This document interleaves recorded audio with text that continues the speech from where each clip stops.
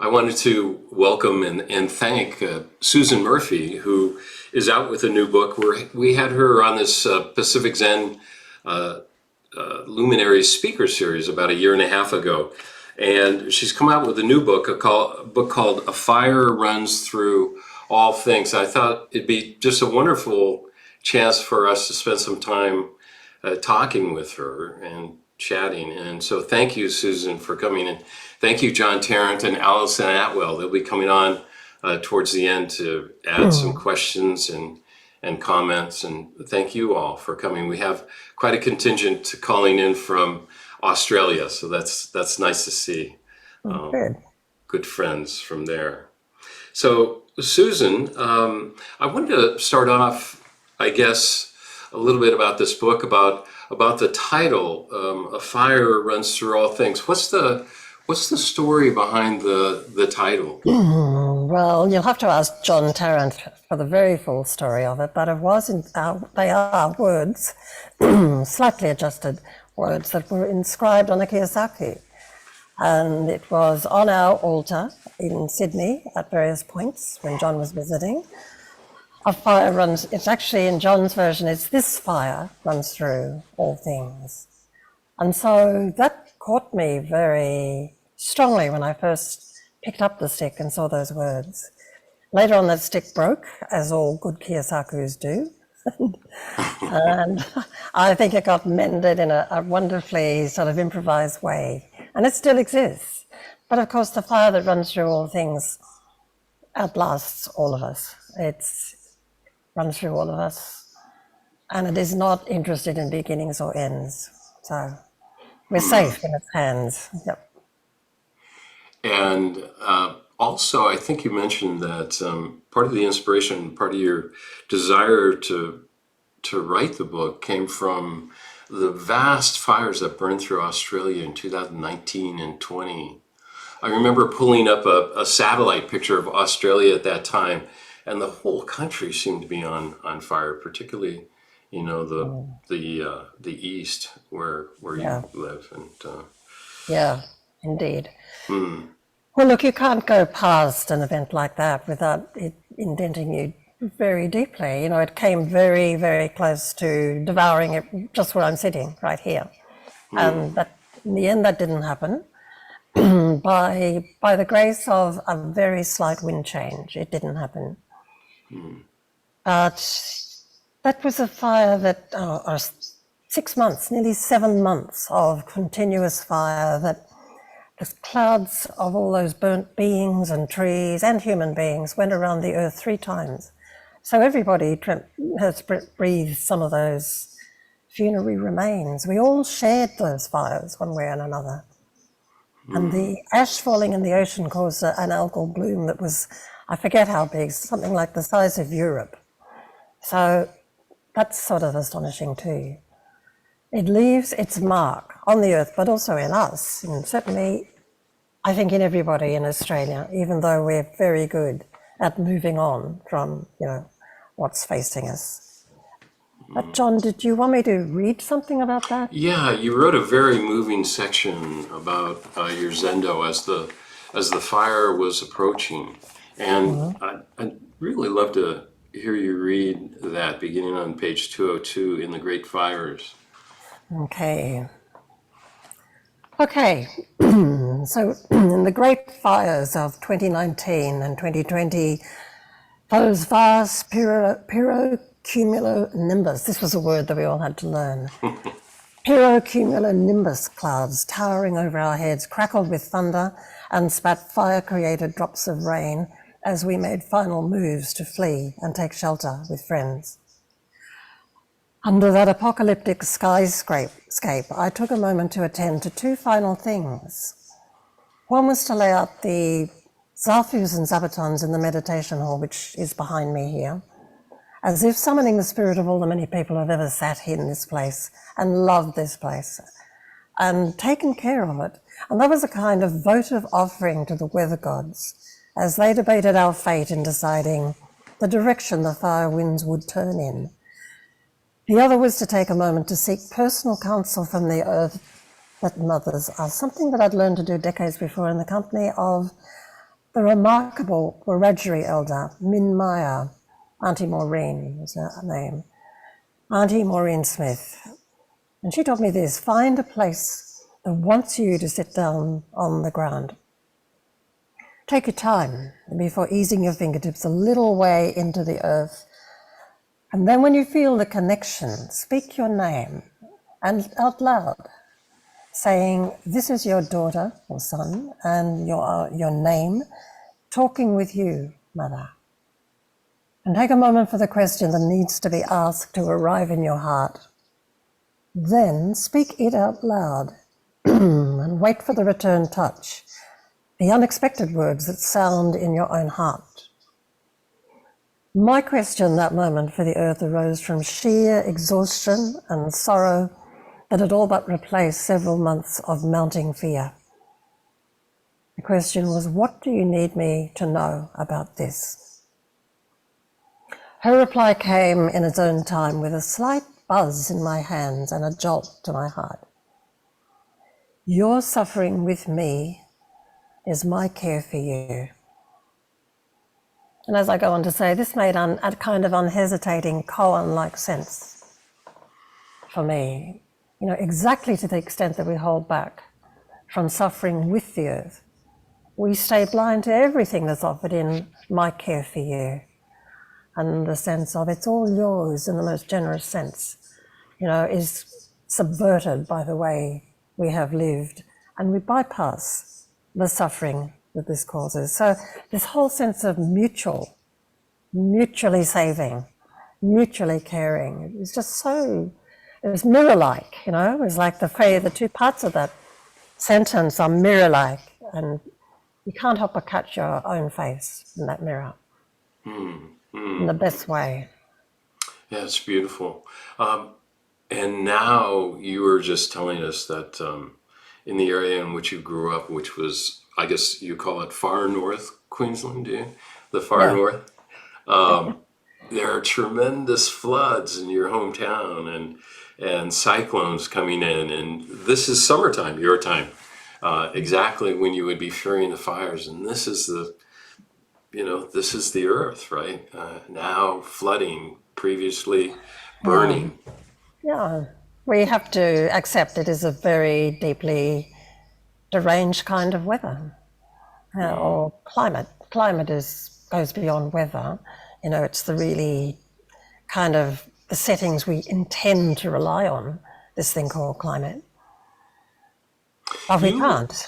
No. You grew up in that North Country near the Great Barrier Reef, and reading about your life story through several of your books, it seemed like a really wonderful, charmed sort of childhood where you ran around until you were 8 years old without shoes on, and you were swimming, in the ocean, and just such a loving family situation. You and your sister, and I think you had a brother, but you also had some spiritual experiences very early on when you were very young, a couple of them, and I thought I'd ask you about that. Could you share those experiences with us? And is this what sort of brought you into Zen, do you think? I'm pretty sure it did, and I cannot recommend highly enough having a childhood with mainly bare feet, because it actually means, you're meeting the earth. The earth is meeting you in a way that's kind of fearless and direct. And it really is powerful. The earth in Australia seems to be charged with a deeply indented consciousness, and it comes up through your feet in different ways. But putting that aside, you're asking about that moment when I was about 7. I was 7, and I asked to excuse myself to go to the toilet, the bathroom, as I must call it in this American company. So I was given a note to go, and I left the class and I went down into the quite rough kind of playground that we had in Cairns, North Cairns. And I can remember hearing the 9 times table being chanted from one of the classrooms. So that was part of the moment, and so were the sort of prickles under my feet they're called sensitive weed because if you touch this particular kind of weed, it was wonderful. It all curled up and retreated from touch, like an anemone almost. So I was probably doing that a bit deliberately as well as avoiding the worst prickles in it. And I wasn't walking on the assigned path to the girls' toilet. I was walking on what apparently town planners call the pathway of desire. That's where feet really want to go. So these odd paths get tracked across grass and so on. And they wound around the back of the girls' toilet rather than up to the front. And so that's where I was walking. And somewhere along that path, everything did drop away, most profoundly, without in any way leaving me feeling afraid or bereft, or it was amazing without ceasing to be extraordinarily familiar at some level.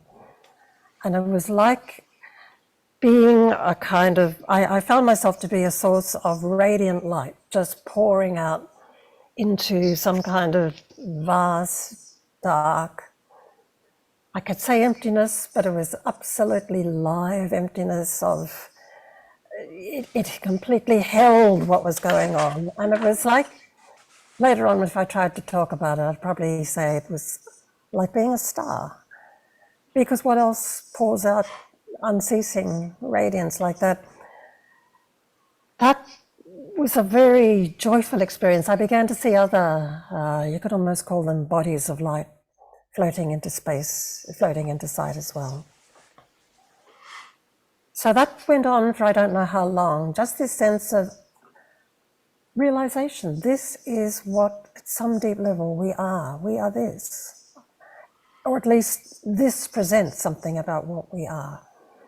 And I've got no doubt that a fire runs through all things, linked up with that when I saw it on the Kiyosaku, on the altar. So that was the context of that moment. I don't know how long it suspended me, John. It was timeless. There's no time in that sort of thing. But it was profoundly transforming. It just lived in my bones from then on without thinking about it much further. I do remember I had to go on and follow the call of nature, so I did that. And I went back to the classroom full of this thing. And later on, I did try to tell my mother about it. I thought I'd better try to account for this in some way. So I told her, edged up to her, the kitchen counter, and she was chopping carrots. I remember this really clearly. And she sort of stopped when I said, Mom, isn't it amazing what we are? And she said something like, yes, it is. It's wonderful that we all love each other and, we're safe and it was such a happy, I don't know what else she said, but she took it down profoundly into the relative level of love. And why not? Yes. But in the meantime, in a sense, I was standing there in an absolute state, meeting the relative way that could be talked about, And that was right. That felt right too. So I gave up on trying to explain it to anybody or even to talk about it. I didn't talk about it for about the next, 30, 40 years, 30 years at least. I do remember telling Jon Tarrant about it in a certain moment that seemed the only way to talk about anything at all at that point. So there it was, and it does sort of get engraved on your bones, that kind of moment, and links up with other things that happen and confirm that as you go on with looking deeply into that completely, I always want to say homely, vast space, It felt like home. It felt like home. It was home. And then when you were 12 and you were sitting all night long, you were talking over world problems with your sibs, and you had another experience. Actually, yes.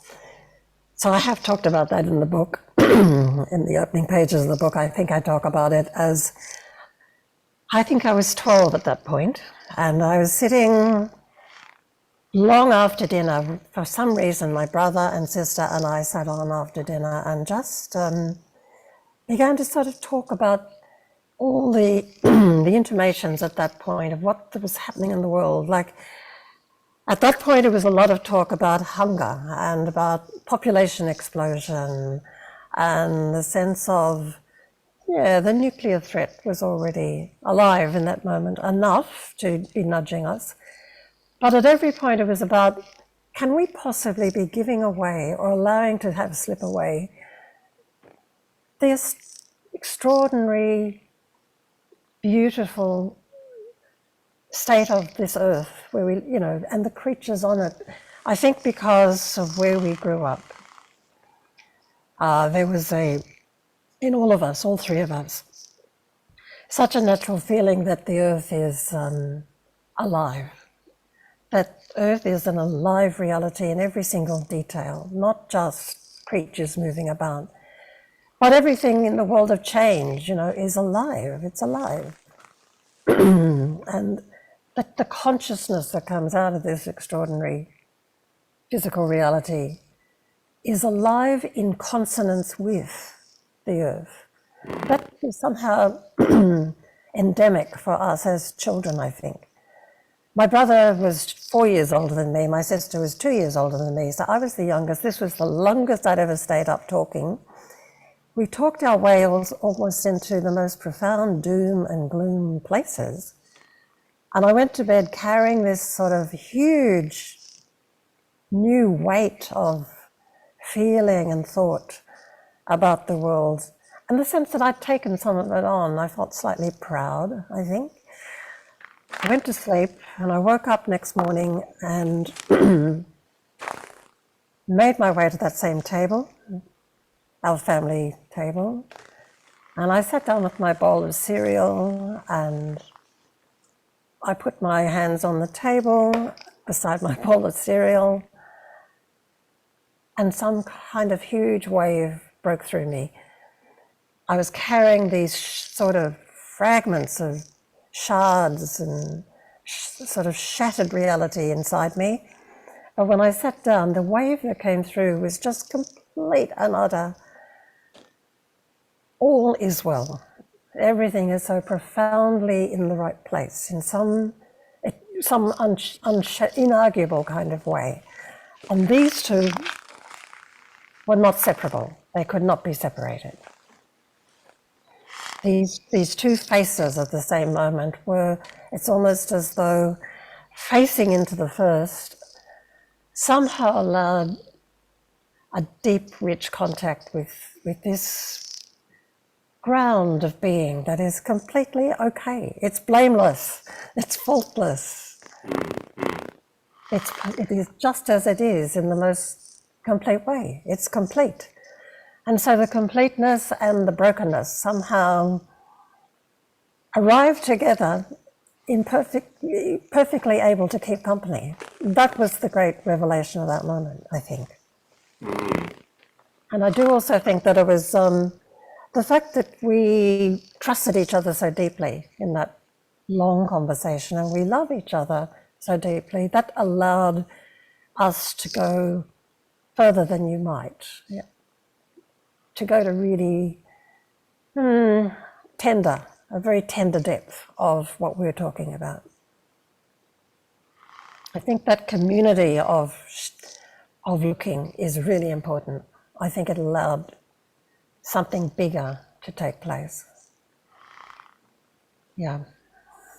And you became a spiritual seeker, and how did you find Zen? That's such a hard question. I think I found some kind of resonance with it in Chinese poetry and Japanese poetry to a point. But I was deeply drawn to poetry. That was one way in. We did have this funny childhood thing when we set off on our bikes as children. The first person to remember to say, "I've got Buddha on my handlebars," was somehow the lucky one. So, but I have no idea where that came from. I have glad to say I have no idea where that came from. I think it was probably in my early 30s I began to realize I guess something like a hunger. I began to recognize a hunger to, life at that point, it's not infinite. So the hunger wakes up. I need to taste this. I need to see, let it go all the way through me. I need to know where I am while I'm still here, and what this is. And that's where, obviously that's where Zen opens the path. What is this? Who is this? The fundamental koan.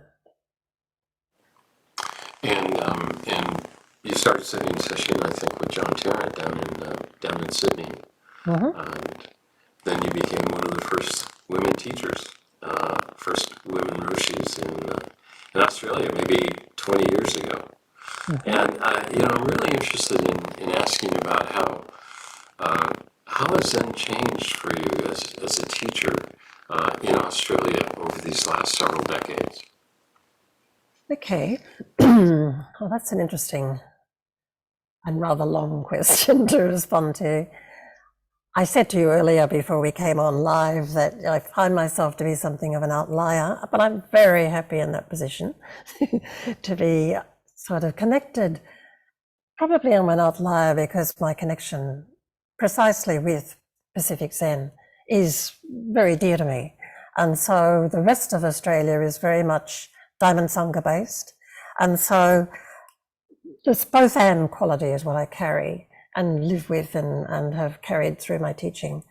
And I guess what you could say also is that the Dharma that asks to stand up alive here where I am on this continent is it seems to me in every place where we are, it stands up and asks to be alive right where you are and in the form of the place where you are. Sometimes I've referred to the Dharma here as Red Earth Zen because it has to be particular, has to be responsive to the place where we are. Such a strong place, this continent, the oldest and most least volatile of the continents on Earth, with the oldest rocks at the surface of the Earth, anywhere on the Earth, and with the longest continuous 60,000+ millennia, of years, 60 millennia of deep time, human presence, continuing through a series of ice ages, at least one and a half ice ages, and the what do you call them? Forget the name right now. A kind of interzone that we're in at the moment. So the adjustment to climate, the deep adaptation to place over that time, it feels to me it can't be kept apart from Zen Dharma. There's a natural affinity, and it comes up through my teaching in a way that I don't know. I don't think it's very much a part of the people around me, but it's very much in my line of Zen, and the people who have become teachers through my teaching, they carry it too. And so, Red Earth Zen, it's alive. How's my sound now? I know my sound has been much better. Okay, I turned off the original sound and I reduced the volume, so I'll speak a little louder. Well, you're socially engaged and working with the environment is very important, to you. In fact, you suggested we guard against the bloodless and socially disengaged form of Buddhism, and yet you've also said that there's no way to save the earth, which is already complete in every moment when we see it clearly. So this quality of engagement, non-engagement, of fixing something, nothing to fix. How do you teach that? Well, Zen allows that to be easily taught, Jon. It is, from my point of view, it has valency in both directions at once. There's a beautiful expression from one of Shito's poems in the Blue Cliff Record, which says, "Without leaving the Buddha world, walk in the demon world." And so, at every point, Because Zen is healing opposites and into each other and resolving there is no other. No other is the fundamental realization. There's no otherness at the deepest level of our being. It's seamless. And so for there to be a sense of all things are well and so much is wrong, it just, as I talked about in that first sort of 12 years old, it made itself plain to me that these were not two. That somehow our position in the spectrum of consciousness that includes everything from the consciousness of the earth through to us, and they're not so different, is asking us to hold these as not two, to realize them as not two, to enact them as not two, to find the action. Actually, there's a beautiful expression that a great fire genius, a genius of fire, cool fire or cultural fire, Victor Stephenson, one of his old teachers once slightly muddled his words. Old professors, he called them. And in fact, they were granted honorary doctorates at one point because of their extreme, wonderful knowledge of old original fire practice. And this, of course, is fire that regenerates the earth, not fire, and it also impedes wildfire, the intensity of wildfire. So Victor was out with them, the two old teachers, and one of them said, "You've got to follow the praction." And so that's a lovely word, the praction, practice and action. You can't they flow into each other. They realize and recognize each other so completely. And what he was talking about there is quite subtle. It's subtle encounter with just down to the moisture of the leaves between your fingers before you light the fire can tell you exactly how far the fire will burn out to, where it will stop, and the fact that children will be able to safely walk on that ground within minutes. It will never be a canopy fire. It will never be destructive in the way that will, take away habitat at the canopy level and so on. And so the praction is a beautiful way of bringing together this sense of, from my point of view, the Zen practice. We talk about practice. We talk about the way of practice, and we talk about the need to respond. So practice and action. Praction. So they're not two, and they can be only encountered as not two. If we split them, we're kind of foolish on one side and ridiculous on the other. Ridiculous in terms of holding enlightenment as though it's some other state, and foolish on the side of splitting everything up, dividing up what is so profoundly, intimately undivided. I've noticed in this book that you talk a lot more about not knowing, you say, in fact, that the not knowing mind that is needed to open up koans also opens a treasury of resources for facing the climate crisis. How are you teaching not knowing in facing the climate crisis? I suppose what I'm trying to do in the the last chapter of the book is open up the sense of the way in which there's a great playful, imaginative, fearless, creative, very alive kind of mind that koans in a way, because of the way that koans take you through moment after moment with very plain speech, most ordinary stage setting, no stage setting at all, in fact, just what is happening. But they oblige us, each one obliges us to resolve, not answer, but to resolve an apparent kind of, you could almost call it insult to the way we try to normally go about things, to resolve it and discover that there is a way right through the middle that is profoundly open, wide open, right through the middle of an apparent emergency or crisis, or in fact they they bring about a crisis of mind. You could even call it, they encourage a tipping point in consciousness. We talk about tipping points of climate, and this is where I tried throughout the book to bring excuse me, to bring koan, mind, and crisis as how can they talk to each other? In what way can the kind of mind that becomes engraved on our bones and inscribed on our skin with deep koan practice, repeated encounters with koans, letting koan sort of, smuggle us back into reality over and over again in that way. How may that not open a way to more finely discern what is emerging in an emergency?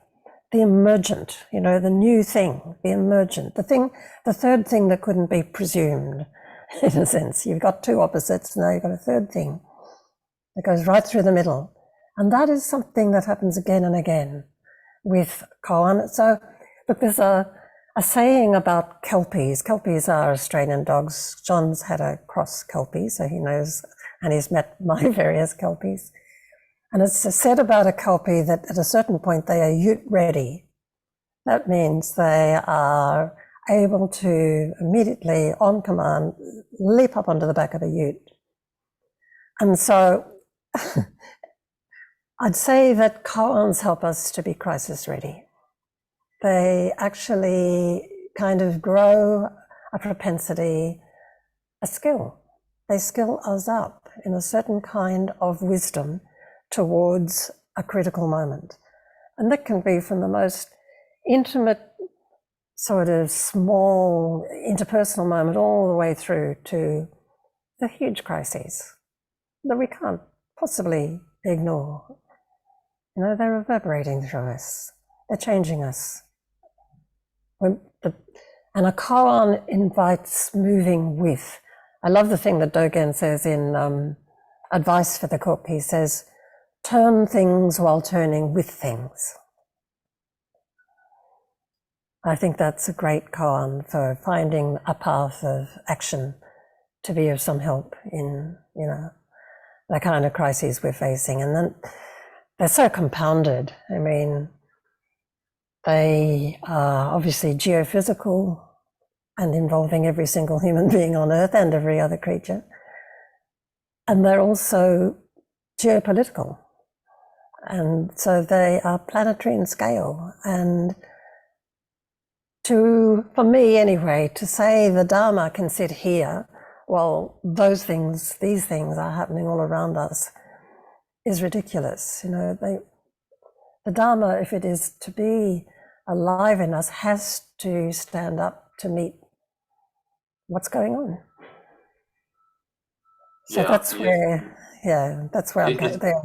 Go on. Yeah, that's wonderful.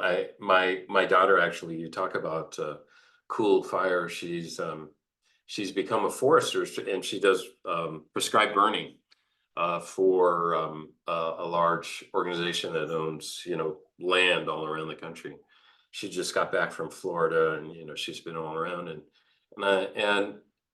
I was talking to her about people our age, and we're pretty pessimistic about the future, and quick to quote all kinds of disasters that are forecastable supposedly. And in the midst of the fires and some of the calamity that we had a year or two ago, John Tarrant said, pessimism assumes too much knowing.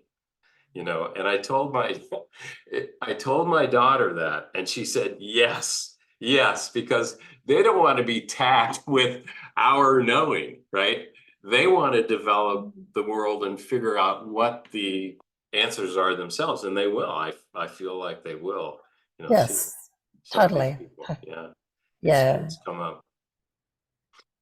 So I've really been struck in all of your books about how much you've tapped into Aboriginal Australian wisdom, the Paleolithic wisdom, that exists in Australia. And David Hinton, who believes that Shan Zen is not even Buddhist but Taoist, sees the strength of Chan coming from the Paleolithic, culture in China, surviving through the language, and speaks very much, as you know, about the Paleolithic culture. And I, more than anyone that I can think of, perhaps, I think that you incorporate some of the Aboriginal Australian, culture, maybe a lot of it, in your teaching. Could you do a quick reading about Uncle Max? Would that be possible? Can I suggest reading something which I think would probably point us in the right direction to talk about that? Okay. And that's something that I pulled out just because it suddenly struck me this might be it has a very simple device in it for talking about the kind of mind that is what you call Paleolithic mind, I guess. Mind, in intimate, natural, not even sort of, it's an uncontroversial matter that mind and the place where you are intimate, and intimate in a very respectful way. But just amazing, can I just read this little bit? Because it does tap into what you just said, John, about David Hinton. Yeah, and so it's unsurprising that Zen finds resonance and a strong measure of affinity with the alive field of human place, it's hyphenated, understanding formed in the unbroken 60 millennia of practice, summed up in Indigenous Australian terms as the practical and spiritual business and reality known as country. Now, country is not countryside or landscape or even bioregion, even though what are called countries in Australia often conform to bioregion from a scientific point of view. So this disarmingly simple word brings forward a profound earth etiquette, a disposition of human mind and response evolved in the single longest continuous mutual shaping on earth of human mind with highly particular habitat, one that is 60 millennia deep. It may be those earthy roots of Zen in Taoism and silence that can particularly pick up resonance with this uniquely earthed indigenous treasury of subversive wisdom and protocol, forged through dramatic epochal change. The mind more awake in seated meditation, Zazen, naturally subdues itself to just what is present and arising in the field of attention. The mind awake in country naturally subdues itself to closely attending, listening, hearing, singing up, and being permeated by what country feels, wants, knows. It's almost like country begins to let us think along with it. It's mutual all the way down. Such close attention to just what is happening, just where you are, and just as you are, reclaims existence in the physical world as it reconsecrates its mystery and lets it think along with you. And then, at a certain point, consider the splayed human hand and dipped in ochre or paint and pressed against any firm surface, cave wall, church wall, rock wall, Australian rock art sites overflow with these signature greetings of the hand. And each one is a heart's claim in present tense. I am here. And even when it's 1,000,000 years old, here, and more intimately, I am, it still insists. It's here is timeless. And you can fit your hand exactly into the palm print of someone 60,000 years ago. A perfect fit, the same no time, exactly in each hand. And it's a very human thing, there's human fingerprints there. There's the opposed thumb, which is probably the source of all the trouble on Earth. The opposable thumb, visible now even from space, its traces. So it's extended. It's actually not unlike the character for fire in Chinese, a very extended sort of radiant character. So a really interesting thinker, Tyson Yunkaporta, has suggested, consider this as the mind completely open, awake, alive, and present. And now turn your hand side on, so all the fingers are going in one direction. And now you're looking at linear, directive, even slightly coercive, persuading kind of mind, driving towards some kind of end, imagining some kind of end. It's a teleological mind. It's a mind that does not understand non-linear time, which is radiant in all directions. It's deep time is present with this particular moment in this hand. And so this sideways print shows up on no walls anywhere. It just does not. It's so much a literate kind of mind. And this is a mind of oral transmission of wisdom. And by the way, that's what Zen is. It's an oral transmission. The koan narrative encounters are oral encounters entirely. The fact that they got written down is incidental to the immediacy of oral immediate transmission. So that's where country opens up for me. It opens up with this sense of no beginning and no end.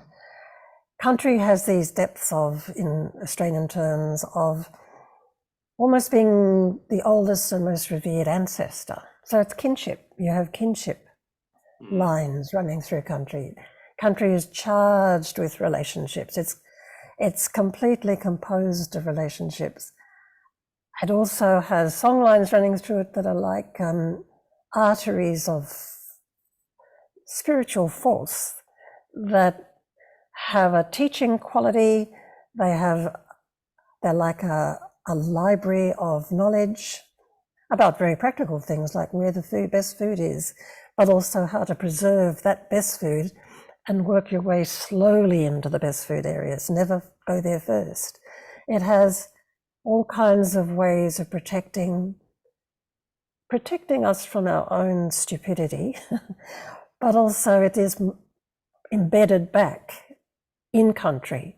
So the formations, the landforms, the rivers, the rocks, they hold forth this most ancient body of dreaming, as it's called, or Jukapa. Yeah. So they're force fields of every kind of knowledge coming together: physical, practical, spiritual, almost common sense, and also deep levels of initiation into greater and greater depth. The most simple looking story is not simple in the end. It goes all the way down. So there's a koanic quality to it, right? You say very that much country so. is a richly unfolding koan that unfolds us. It's a matter resolved only in its embodiment. And that's exactly right. I remember talking to you about that first time I met Uncle Max Harrison, who became the late Uncle Max Harrison, and sadly, because COVID snatched him from us. But I met him 25 years ago or more, and he was he just came to a conference. On the off chance, somebody invited him to do an alternative afternoon. You could go off with him and walk in country. And to walk in country means a teaching walk. To walk in country is to let country gradually form and inform you. And it's not easy. You have to, just as with a koan, you have to give away all that you think you know in order to finally truly listen to what's happening. And we walked for about 200 yards in the end for over a period of three hours. There was so much what he called teaching, poking up through the country. And it came down to things like, we're walking on a path and there's a seepage of water, just a very subtle one if you chose to notice it. And he stopped. We examined that He said, water in the land, and take it all the way down to it's a sacred site. It's a sacred site, water in the land. And it's not incidental. Nothing is incidental in country. And, a charred stick where fire's gone through and left just the charred stick, do you think that's dead? No, it's alive. And how is it alive? And so on. Now, those sound like, these teachings went on across that 25 years that I walked with him. I also, in a sense, taught alongside him in different contexts, bringing Zen to sit alongside his great initiated body of knowledge. A fully initiated man, which is a rare thing on the east coast of Australia by now. He's one of the last fully initiated men. So I felt just so privileged to know him, to walk with him so often, and to walk into country, because country lets you in by degree. You let you leave yourself at the door and walk into country. That's the respect law. You don't drag yourself importantly into it. You always ask. That's the next one. Always ask. You come in from the side. You sit and wait to be invited in. For sacred sites, or for secret sites, you don't go. But for sacred sites, there's a clapping in to let the spirits know you're there. I experienced so many astonishing things in his presence. A sense of walking into the mind of the forest and recognizing it's not this tree, that tree, it's one mind, and feeling that as a thinking process in the evidence that you could examine. It was very much an oral storytelling, teaching tradition as well for him. Everything arrived in story form. And those stories stay with you, they are a mnemonic device. You can't lose them easily. Mm. Was that Uncle Max who held up the soil and he was talking about this fella and that fella and the separate, the warring factions? Well, actually, yeah, he was talking about, that was on a walk with a group of people called Australians for Native Title and Reconciliation, a very slightly self-importantly well-meaning title for a group of people. But, people with very good hearts, they wanted to heal this horrible, I won't go into the detail of the gap, but everybody knows we're all living in settler countries, settler civilizations. So we know that there is a conciliation that has never taken place properly. And so we're walking in that context, and Uncle Max stopped, turned around to everybody and said, the people have been talking about reconciliation. He said, I don't hold with this word reconciliation. How can you have reconciliation when there has never been a relationship in the first place? And then he did pick up a handful of earth. He held it out and said, I tell both mobs. Mob is a way of talking about white fella, black fella, particularly black fella. And that's a perfectly acceptable term in this country, black fella. He held out that handful of earth and said, I tell both mobs, reconcile with this. And I found that to be just a beautiful, sort of one of many naturally arising red earth koans, arising from this place in deep time. Mm-hmm. And connectedness, you've written about Deborah Bird Rose called Life's Fast Play and Mutuality, the Shimmer. And she said that if you're not connected, what did she say? If you're not connected, you're not part of the earth. Well, that was actually, you're joining two different things up. That was another Aboriginal elder who said, if you're not, she actually said, reality is connectedness. if you're not in connectedness, and that's a matter to be really deeply examined, what is it to be in connectedness? To be unopposed to the realization, the obvious, self-evident realization of connectedness in every direction. If you're not in connectedness, she said, you're not in reality. You know, you're literally absurd, not in reality. And a lot of our culture can only really be called, from looking through those eyes, can only really be called absurd at heart. I'm happy to debate that with anybody who wants to take it on.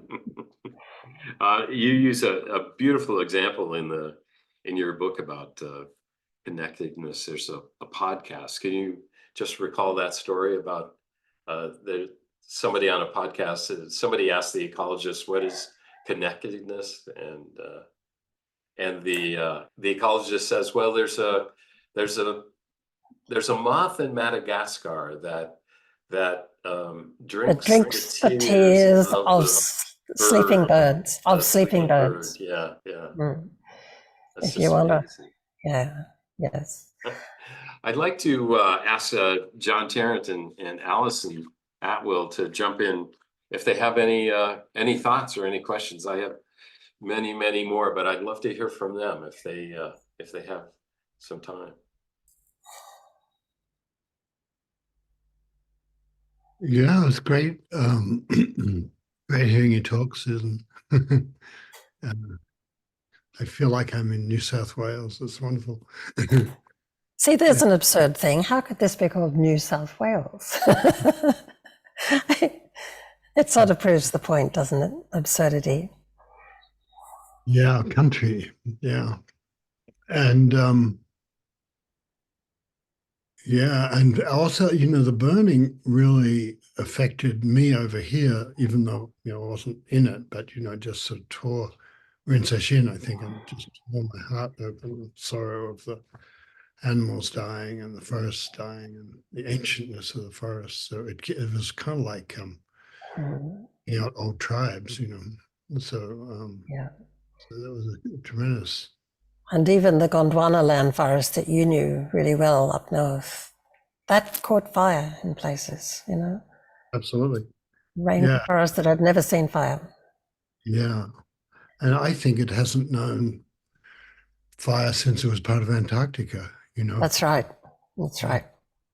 So tremendously sorrowful and moving for me. And also, and I felt that those forests taught me to, I didn't know what I was doing, but I know I had some Indigenous friends I knew who would go out in the bush all the time. So I thought I'd do that. So I went down in the forest and sat there, and I felt like, oh, the forest taught me to meditate, and Yeah.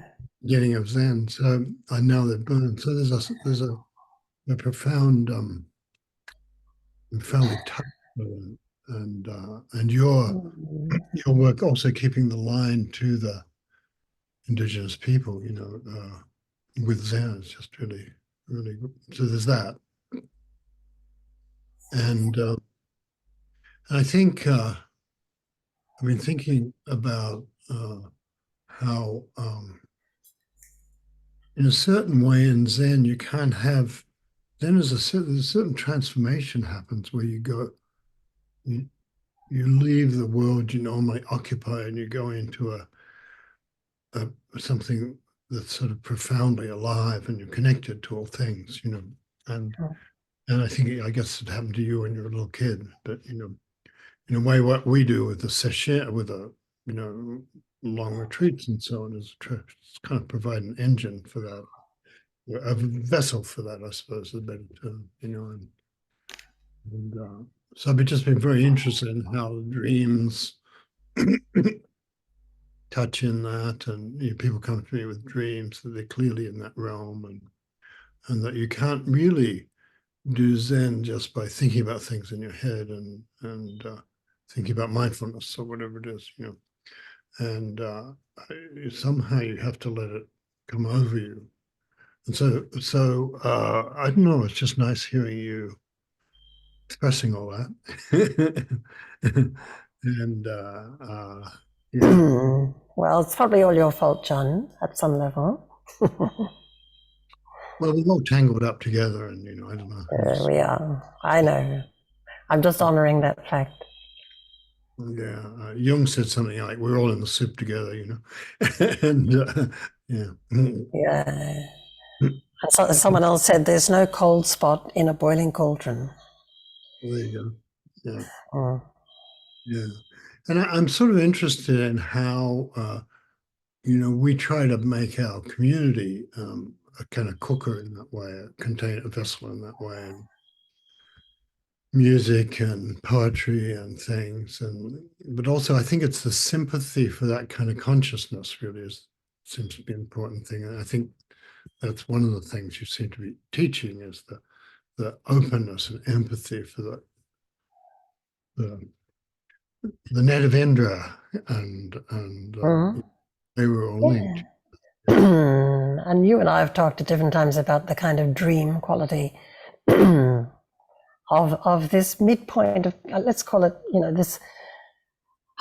this sort of enjoyment body that is, it's a dreaming body in a sense. It's completely able to be at home in emptiness and the sharp limitation of the fact of we're mortal. We're only briefly here. Why And wasn't it formed earlier? at And every point, yeah, right, at every point, why wasn't I a little earlier to this moment? yeah, exactly, and also the sort of beauty of that's like every moment is complete and every life is complete, and so Mm. really And aware of that. the universe is complete in every moment. It's just reached its apogee right now. Yeah, very good. I think I'll hand over to Alison with that. Thank you. Your talk. Nice to Well, be in meditation hall again, which I think of as your wool shed, which it first was, and was just turning into a meditation hall, I think. Yeah. Mm. Alison, so yeah. well, I was very interested in your descriptions, Susan, of being a child and growing up without shoes on, and the way the feel of the earth, the mind of the natural landscape, what you were in direct contact with it, and it was speaking to you, and you were breathing it, and I think you're the only person I know that had such intimate contact with the Aboriginal culture and also with Zen. And I was thinking today, what what is like what in the Zen tradition, the experience of Kensho is such a central experience in one's path, and a kind of understanding where you were describing also in country, I think you called it, where there's time is no longer linear, Mm. and Mm. one feels at home for the first time entirely, I think, in one's own body and life, and there's no separation between the two. And my Mm. question to you is there a corresponding experience in the Aboriginal culture of Kensho? That's a really interesting question, and it's not one that I ever directly sort of have ever directly probed. But it feels to me, I don't know if you, I mean, John, I don't know if you've been way out in the centre where you meet that 1,000-mile gaze in Aboriginal eyes, and where there's a sense of people sitting by the roadside waiting for something, but time, like the wait just feels, the waiting and the place where they are just feel completely equal. They're equalized in some way.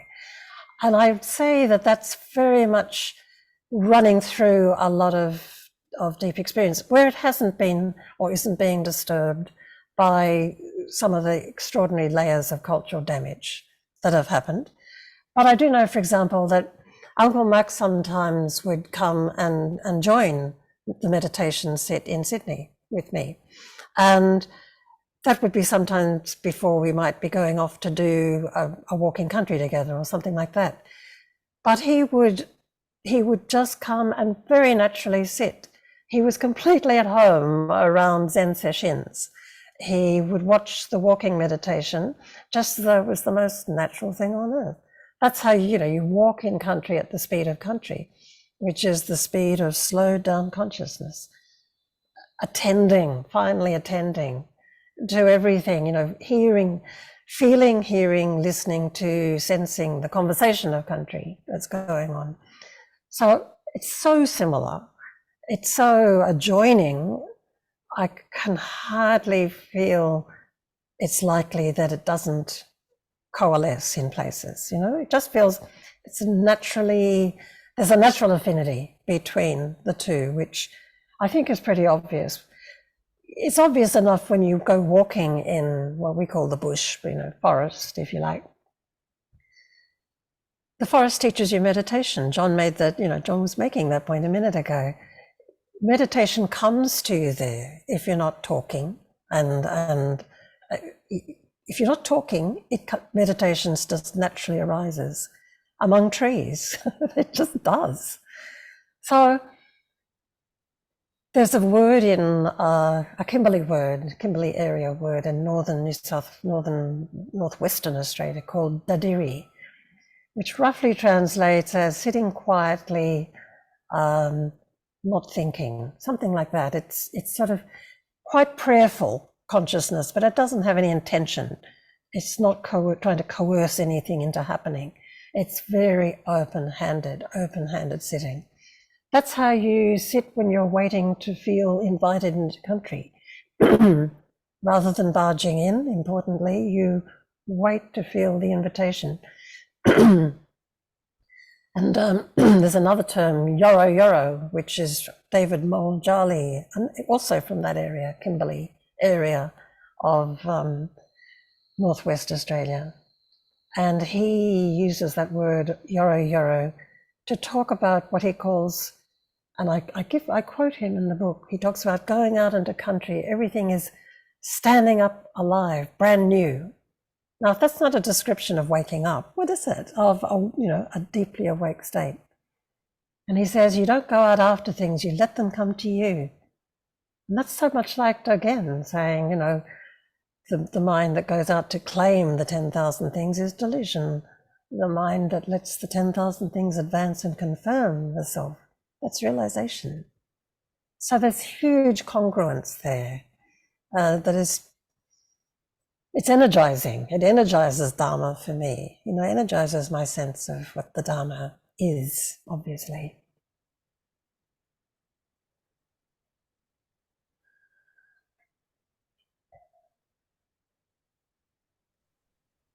Well, it's a marvelous description.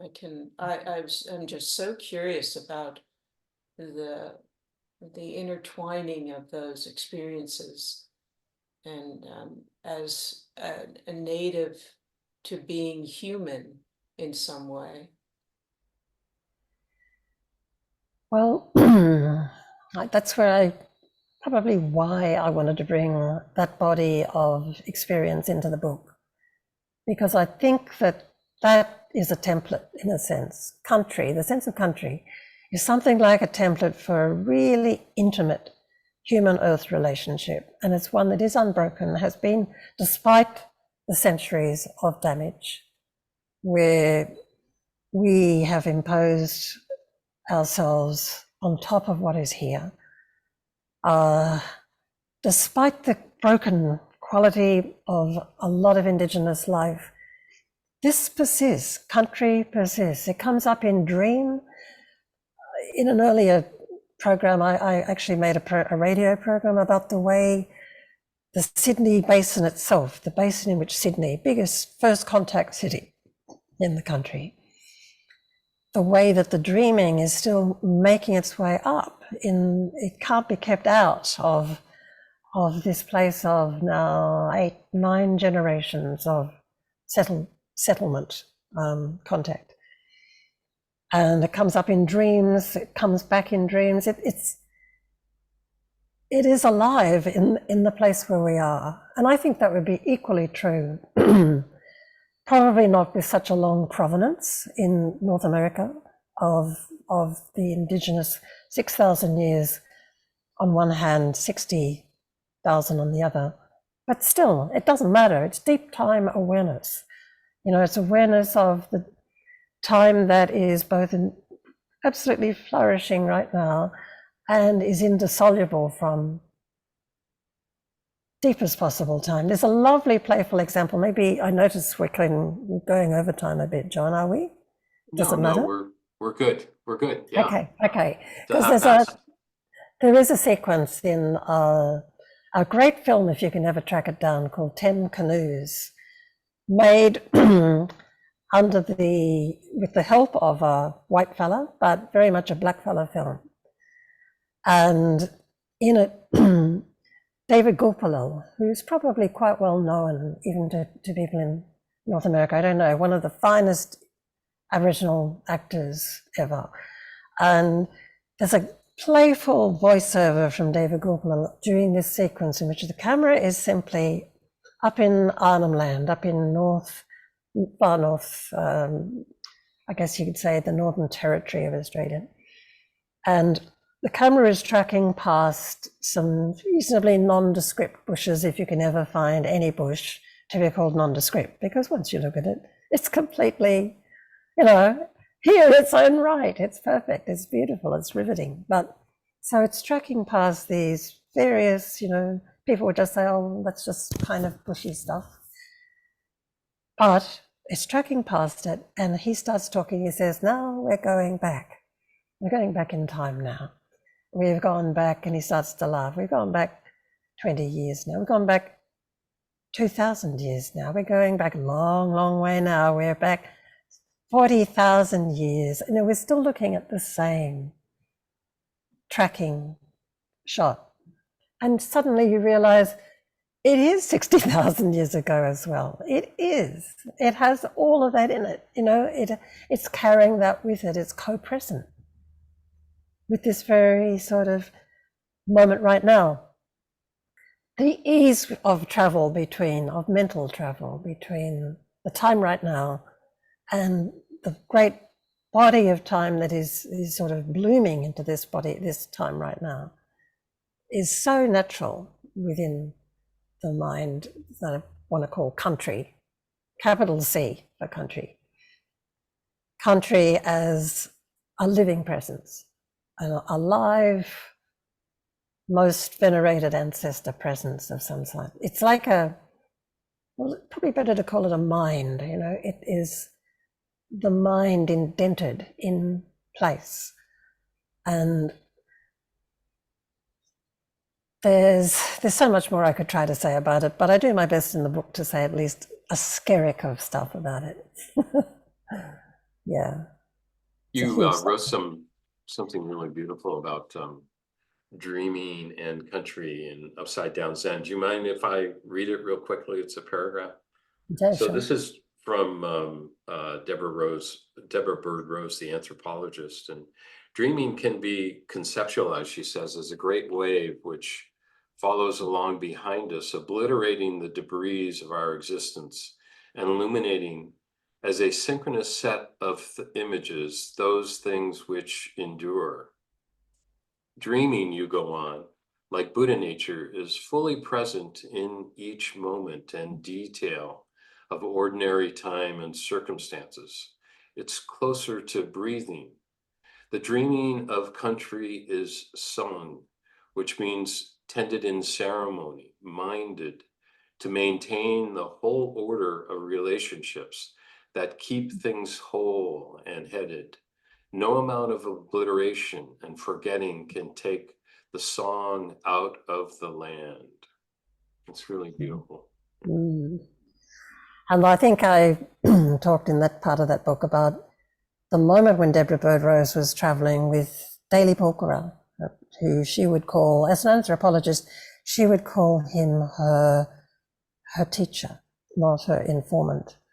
And traveling with him, they stopped for some reason because she particularly wanted to take a photo of how dramatic the countryside looked, because it had, the erosion patterns were so striking. You know, there were sort of gouges in the land torn by water, and it was visually dramatic and shocking, but also aesthetically, you know, quite demanding. She took a photo, and then she stopped and turned to him and said, "Daly, what do you call this country?" And he said, "Oh, this is just the wild. This is the wild." And now that had been quite a precious word to me, you know, to hear that, because the wild is like a sacred word almost, you know, it's the place not touched by human beings. That's how it's often held in Western culture. It's sort of like a sacred place because there's not too many human fingerprints all over it, and it's untrammeled and so on. But he called it the wild, just the wild. And she looked at through those eyes, and she could see, you know, this is broken country. This has been torn by too many hard animal hooves and overgrazed and stripped bare, and the water's not been able to gouge it away. So she said, "Well, what is it if it's not the wild? What is it otherwise?" And he said, "Well, what do you call it when it's not like this?" And he said, "When it's been looked after," she asked. And he said, "Oh, that's just quiet country, quiet country." And you can hear in that a kind of, not just peacefulness, that's too inert. It's like a live kind of calm, a tended calm, tender and tended kind of relationship to country. Because by quiet country, he meant country that has been held in mind, that has been sung, venerated, has been tended with ceremony, but also in practical ways with cool fire. You know, cool fire is not quite the same as reduction burning, because it doesn't burn from the outside in, it burns from the inside radiating out. And so it cannot, you can predict exactly where it will travel to if you know the species it's burning in and so on. That tended kind of quiet country, it suddenly makes us see just the wild is on the side of the humans. The human indifference to country that treats it as a resource rather than a source of life. And so I found that a really salutary kind of corrective to the word wild. I held it in a different light. And if you look now, there's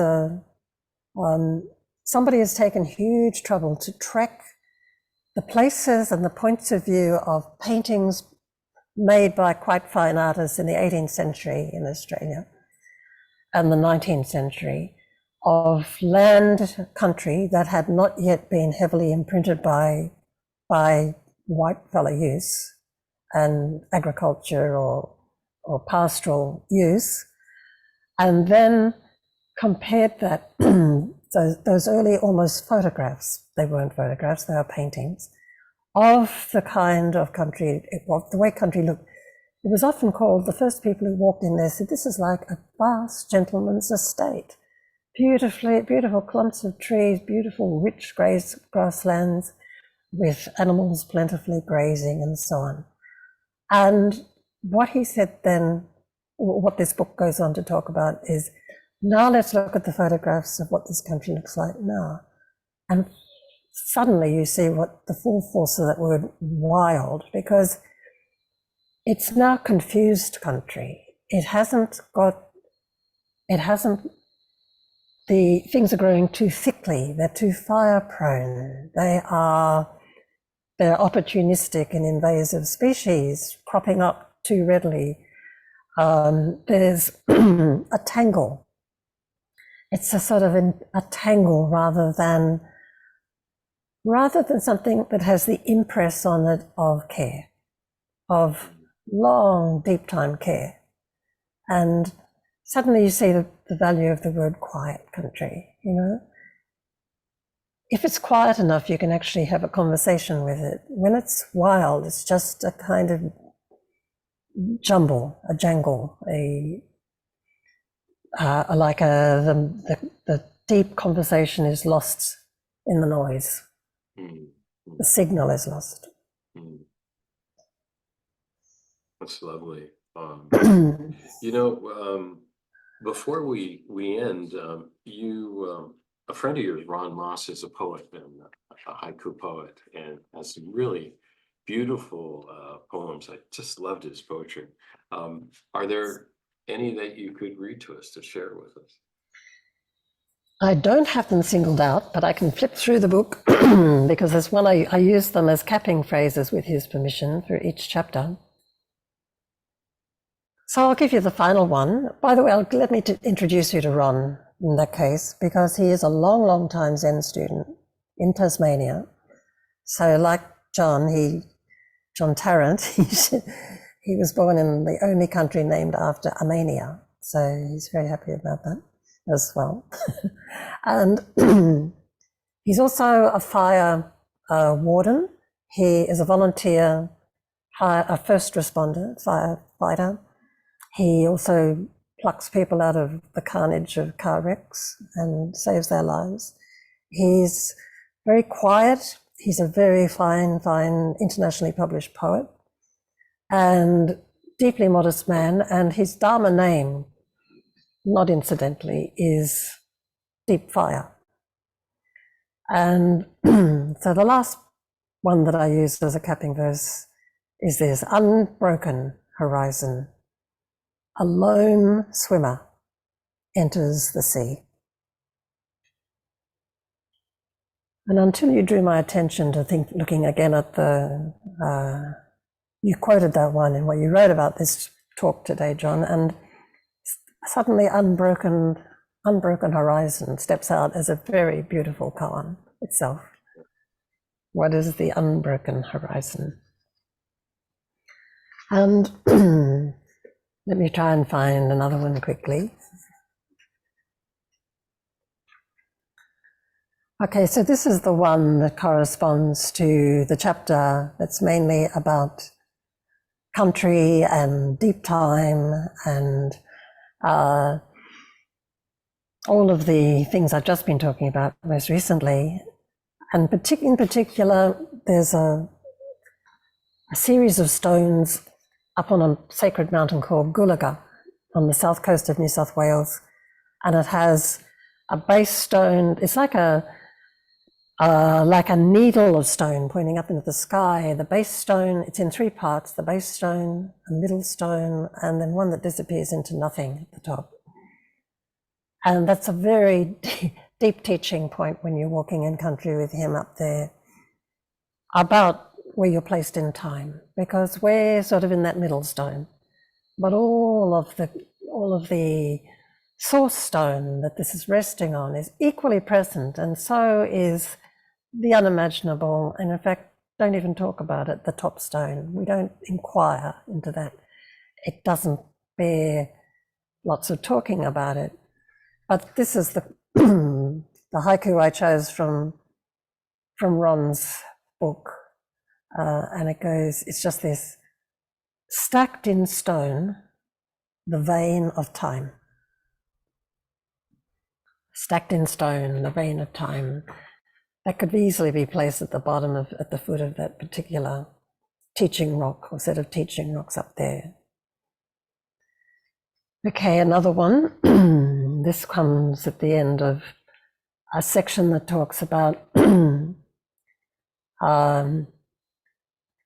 chapter called The Lotus in the Midst of Flame, and is talking very much about the impassioned kinds of states, and how is that the lotus? How does the lotus burn best inside those most powerful, difficult states of mind? So when I go for this one, I use his verse: recent argument, her spit sizzles on the clothes iron. Recent argument, her spit sizzles on the clothes iron. And if I can give you one more, I'd like to give you the one that talks most directly about fire. And this is the one that comes after the chapter actually called "A Fire Runs Through All Things." And this verse is one of those single line haiku. Charred into bark, a gaze of fire. And I think a gaze of fire, there's a beautiful koan right there. You can't keep them out of haiku, it turns out.